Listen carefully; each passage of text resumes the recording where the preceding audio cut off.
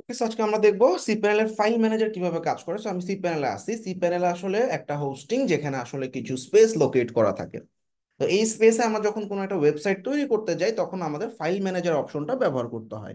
তো আমরা file manager অপশনে গেলে আমাদেরকে একটু বুঝতে হবে এখানে হাতের বাম দিকে অনেক কিছু আছে। তো আমাদের এই পাবলিক আন্ডারস্কোর এইচটিএমএল যে ফোল্ডারটা, এটা হচ্ছে আমাদের root folder. What is root folder?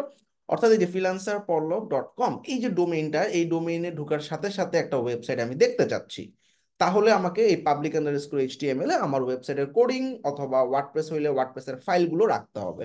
আমি সিম্পলি এখন এখানে একটা ফাইল তৈরি করতেছি, index.html।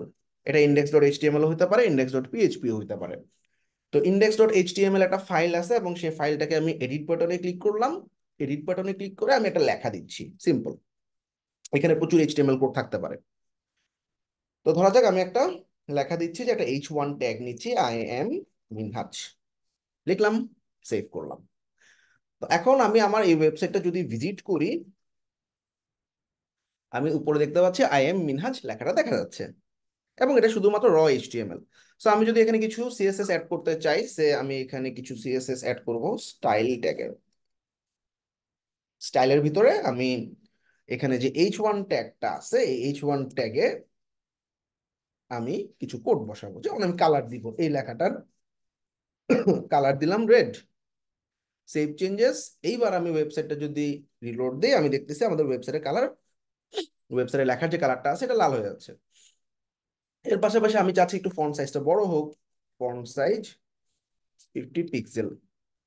কিছু প্যাডিং পাক চারপাশ দিয়ে, প্যাডিং 100 পিক্সেল। তো এরকম কিছু কোড দিয়ে আমি জাস্ট একটা লাইন দেখাচ্ছি। তো এইভাবে আমাদের একটা দেখতে পাচ্ছি যে বড় হয়ে গেছে এবং প্যাডিং পাইছে, ব্যাকগ্রাউন্ড কালার দিতে পারি। তো এইভাবে কিন্তু আমরা যে কোনো ফাইল রাখতে পারি, অর্থাৎ আমাদের যেই ওয়েবসাইটটা আমরা কোড এডিটরে তৈরি করছি সেই পুরা ফোল্ডারটা এখানে আপলোড করে দিতে পারি। এবং index.html ফাইল যেটা আছে সেটা কিন্তু অবশ্যই এই পাবলিক আন্ডারস্কোর এইচটিএমএল এর ভিতরেই থাকতে হবে।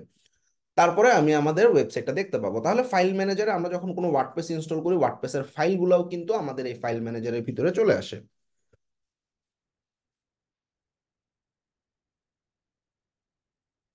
সো ধরা যাক আমি এই ফাইলটা ফেলে দিচ্ছি।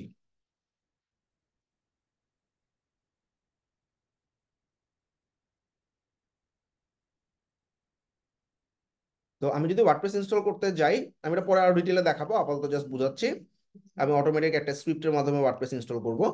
এখন আমি রুটেই ওয়ার্ডপ্রেস ইনস্টল করব। তাহলে আমাদের ইনস্টলে গিয়ে ইনস্টল নাও বাটনে ক্লিক করলাম, জাস্ট আমরা এখানে ইনস্টল বাটনে ক্লিক করে দিলাম। এটা আমি ডিটেলে আরো পরে বুঝাবো, আমি জাস্ট একটু বুঝাই ওয়ার্ডপ্রেসটা ইনস্টল করার পর ফাইলগুলো কিভাবে গেছে, কোথায় গেছে। ওয়ার্ডপ্রেসের যে কোর ফাইল আছে, ওয়ার্ডপ্রেস ডাউনলোড লিখে আমরা যদি সার্চ করি, তাহলে এখানে কিছু একটা ফোল্ডারের মতো অনেক কিছু ফাইল থাকে। সরি। তো ওয়ার্ডপ্রেস ডাউনলোড লিখলাম, এখানে ওয়ার্ডপ্রেস ডাউনলোডে wordpress.org যে ফাইলটা আছে, এটা হচ্ছে ওয়ার্ডপ্রেস ইনস্টল করার জন্য লাগে। এটা আমরা ডাউনলোড করে ম্যানুয়ালিও করতে পারি, আমি স্ক্রিপ্ট দিয়ে করছি অটোমেটিক্যালি। আচ্ছা, এখন এই যে ওয়ার্ডপ্রেসটা ইনস্টল হয়ে গেছে, আমরা কিন্তু এখন ফাইল ম্যানেজারে যদি আবার একবার রিলোড দেই, তাহলে দেখবো অনেক ফাইল চলে আসছে এখানে, রাইট? এখানে WP admin, WP content, WP include, এছাড়াও index.php সহ অনেক ফাইল চলে আসছে।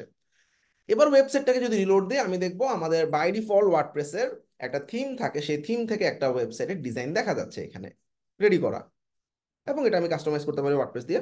তো আমার আসলে আজকে মূল দেখানোর বিষয় ছিল আমরা এই পাবলিক আন্ডারস্কোর এইচটিএমএল এর ভিতরে আমাদের যদি index.html বা index.php ফাইল পাই, সেটার ডিজাইন বা আউটপুটটা আমাদের ওয়েবসাইটে দেখা যায়। That's it.